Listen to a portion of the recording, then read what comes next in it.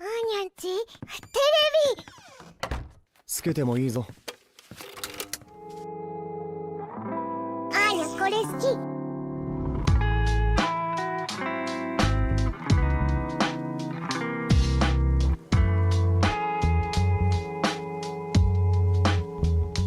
Salut mes petits ananas, j'espère que vous allez bien. On se retrouve aujourd'hui pour une toute nouvelle vidéo. Et aujourd'hui, comme chaque fin de mois, je fais les news manga. Donc aujourd'hui, les news manga du mois d'avril. Si vous voulez voir les épisodes précédents, je vous les mettrai dans le i en haut à droite et vous pourrez les retrouver également en toute fin de description. Donc du coup, aujourd'hui, je vais vous faire un petit récap de l'actualité animée et manga. Donc du coup, comme à chaque fois, c'est découpé en plusieurs parties. Donc on va commencer par les actualités autour des animés. La saison d'hiver est donc terminée fin mars, début avril à peu près, et donc il y a certains animés qui ont eu des annonces pour une suite, une saison 2, une saison 3, enfin bref. Notamment Solo Leveling et Crunchyroll a annoncé la saison 2 dans la foulée de la fin de la saison 1. Ça aura comme sous-titre Arise from the Shadow. Dans la foulée, Crunchyroll ont aussi annoncé à la fin de l'épisode 25 de la première saison de Shangri-La Frontière que cet animé aura une seconde saison, qui sera en octobre 2024, donc de cette année, en deux parties comme la première saison, mais pas à la suite. Et dans les annonces de suite d'animé, c'est Netflix qui a fait part d'une annonce à propos de l'animé Kimi ni Todoke, qui a déjà eu 2 saisons. La dernière il y a 12 ans. Et du coup, la saison 3 a enfin été annoncée, comme quoi on peut avoir de l'espoir, même s'il y a des animés qui, ça fait longtemps qu'ils n'ont pas eu la suite. Et en plus, c'est en août 2024. Et pour ceux qui connaissent pas, c'est vraiment un très très bon manga et animé de romance. J'en ai parlé dans une vidéo sur les animés de romance qui est sortie en février. Je vous la mettrai dans le lien à droite. Une très très bonne nouvelle pour les fans de Haikyuu et de Blue Lock, mais également de Bunny Girl Senpai. Il y a eu une annonce comme quoi ces 3 films, puisque c'est 3 films, donc le film de Haikyuu, The Dumpster Battle et le spin-off sur Ganagi et également le film de Bunny Girl Senpai, on aura donc une sortie à l'international au cinéma,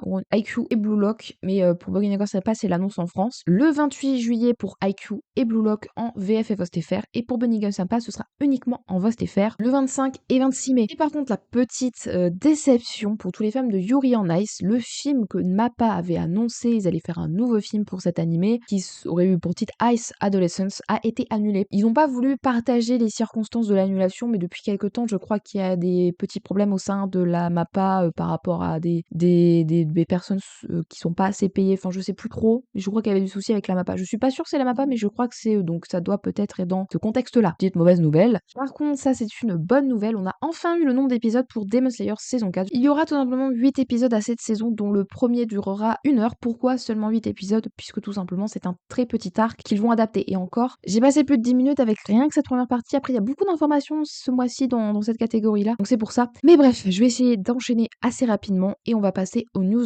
manga aux news à propos des mangas, tout simplement. Donc première petite information, suite à un non-succès, un non-engouement de certaines œuvres, Pika a décidé d'en arrêter certaines en format papier. Elles resteront toujours en format numérique, mais elles seront en format papier parce que ça leur coûte trop cher tout simplement à produire et ils n'ont pas les ventes par derrière pour les garder. Donc je vais vous citer les séries.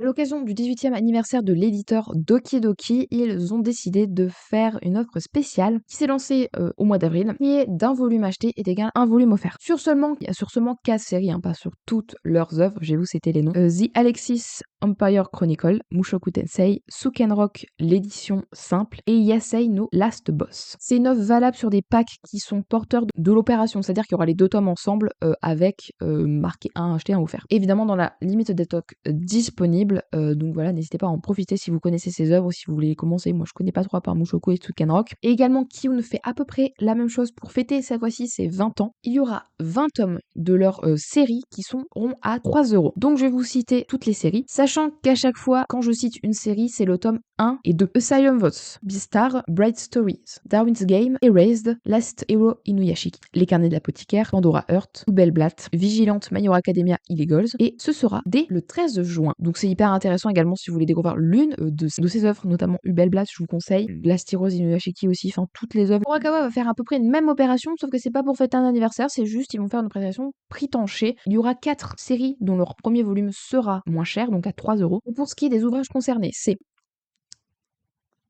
Et l'offre sera limitée par rapport au stock et sera que sur les tomes portant le sticker avec marqué 3 €. Le manga qui s'appelle Tellement Flou d'elle en version française et qui s'appelle Tsuki no Koga Megane wo Watsureta en japonais, c'est un manga qui a eu une adaptation très récemment en animé. Donc ce manga c'est fini au Japon le 22 avril, mais par contre il commencera ce mois-ci en France, donc n'hésitez pas à le lire, c'est un super manga. Et aussi La Fin, un très très bon manga qui est l'un des mangas les plus appréciés au vu de sa note par exemple sur de sa position dans le classement sur notamment My Anime List. Voilà, c'est un manga que je dois lire mais que je commence pas à lire parce qu'en fait j'attends la sortie du dernier tome en France puisqu'en fait le manga s'est terminé la semaine dernière. Au Japon, c'est L'Ère des cristaux de Haruko Ishikawa, donc ça s'appelle Oseki no Koni en japonais et du coup j'ai déjà tous les tomes jusqu'au 12. Du coup le 13e tome va donc sortir. On sait pas quand au Japon déjà. Mais du coup je voulais en profiter d'avoir les mangas pour vous les montrer parce que vraiment ils sont magnifiques. Donc ça c'est le 12, mais vraiment ils sont magnifiques. Je sais pas si vous voyez les reflets et tout. Le style graphique de Haruko Ishikawa est vraiment incroyable. C'est un manga qui a pour personnage des minéraux et des cristaux. C'est vraiment une histoire assez originale que je vous conseille de lire. Donc voilà, c'est déjà la fin de cette catégorie. On va passer aux produits dérivés. Donc c'est parti. Pour les 25 ans de l'anime One Piece, Puma et One Piece, ils ont décidé de s'associer pour créer des produits. On n'a pas encore la liste des produits, mais il y aura pas mal de choses proposées. Donc, et ce sera du coup voilà, dans l'univers de One Piece et l'univers de Eiichiro Oda. Et pour parler de manga occulte, manga populaire, on va le dire, on va parler de Dragon Ball. Du 9 avril au 27 mai 2024, Quick, à son tour après Burger King pour One Piece, va proposer des menus à l'effigie donc de Dragon Ball. Donc il y aura des goodies uniques à collectionner dans 2 menus enfants, Magic Box pour les 4-7 ans et Fun Box pour les 8-11 ans. Dans la Magic Box, 4 jeux sont à collectionner et dans la Fun Box, il y aura 3 surprises. Je sais toujours pas quoi penser du fait qu'ils font des menus enfants pour Dragon Ball, même ils avaient fait ça pour One Piece, Burger King. C'est loin d'être pour les enfants. Puis on explique le moment où Ace se fait transpercer et même dans l'animé, ça a été du coup un peu censuré, cette partie-là de l'arc Marineford, parce que c'était encore plus violent dans le manga. Ce n'est aucunement pour des enfants. Des enfants peuvent pas voir ces images-là et même dans Dragon Ball aussi, tu vois, il y a quand même pas mal de scènes. Enfin voilà, à partir du moment où il y a de la baston, c'est aucunement pour des enfants. Allez, pré-ado, adolescents, mais enfants, absolument pas. C'était le petit coup de gueule. Ça, c'est super cool pour ceux qui sont intéressés notamment à l'animation japonaise et qui sont peut-être fans de Hayao Miyazaki et du studio Ghibli. Un livre va sortir à son sujet. Ça s'appellera Le magicien de l'animation japonaise. Ça a été écrit par Steve Noman. C'est le rédacteur en chef des magazines Animascope, Japan Live et Japan Max. C'est tout bonnement un journaliste spécialisé dans la culture japonaise. Donc du coup, dans ce livre, il y aura 320 pages dédiées à sa vie, notamment à son histoire avec le studio Ghibli et donc l'animation japonaise, au prix de 24,90 à partir du 19 avril, donc c'est déjà sorti. Donc du coup, j'ai déjà fermé cette partie. On va passer à la prochaine catégorie, donc l'avant-avant-dernière catégorie, qui est la catégorie où je ne savais pas où placer les informations, donc c'est un peu un fourre-tout. Voilà. Des augmentations de prix encore et toujours, cette fois-ci chez Kana. Je vais vous citer à peu près tout ce qui va augmenter de prix au niveau des œuvres. Donc pareil, je vais encore prendre ma tablette, mais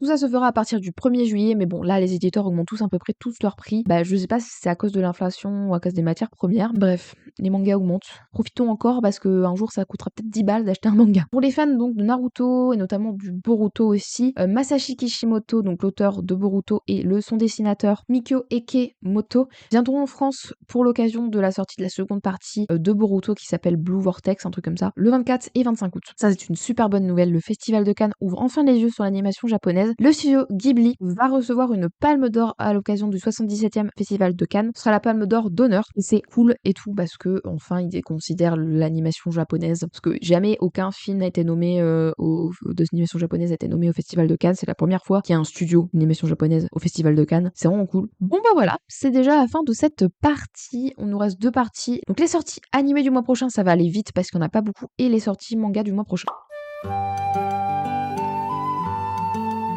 Alors au niveau des sorties animées du mois prochain, nous avons seulement Demon Slayer saison 4 qui sort le 12, Emacha saison 7 qui sort le 4, et le film de Code Geass Daka no Rose qui sort le 10. Et enfin, pour finir, la catégorie des mangas qui sortent le mois prochain. Dans cette catégorie, avant je citais tout, mais maintenant je ne cite plus tout, je vous mettrai à la fin, de toute façon il y aura les timecodes, le résumé de tous les mangas qui sortent le mois prochain. Moi je vais vous dire les plus populaires et ceux que je vous conseille. Notamment, je vous conseille DRCL Midnight Children, c'est de Shinichi Sakamoto, un très très grand auteur. Donc c'est le tome 2. Le tome 16 de Chainsaw Man plus une édition spéciale. Le volume 12 de Frieren plus un collector. Il y a le 3e volume de Elk, ça il y a l'anime qui est sorti il y a pas longtemps, mais je vous conseille aussi de lire le manga. L'incontournable Kaguya-sama Love is War volume 20. Le tome 13 de Sakamoto, Days. The Nudger in My Heart volume 6. A Sign of Affection, donc Tsubisaki Torana, donc la première saison est sortie en janvier. C'est le volume 9 qui sort. Une très très bonne romance. Call of the Night volume 9. Oshinoko volume 11 plus le collector. Classroom of Elite volume 2. Aoyashi volume 22. Fairy Tail 100 Worst Quest volume 16. Holy Land volume 7.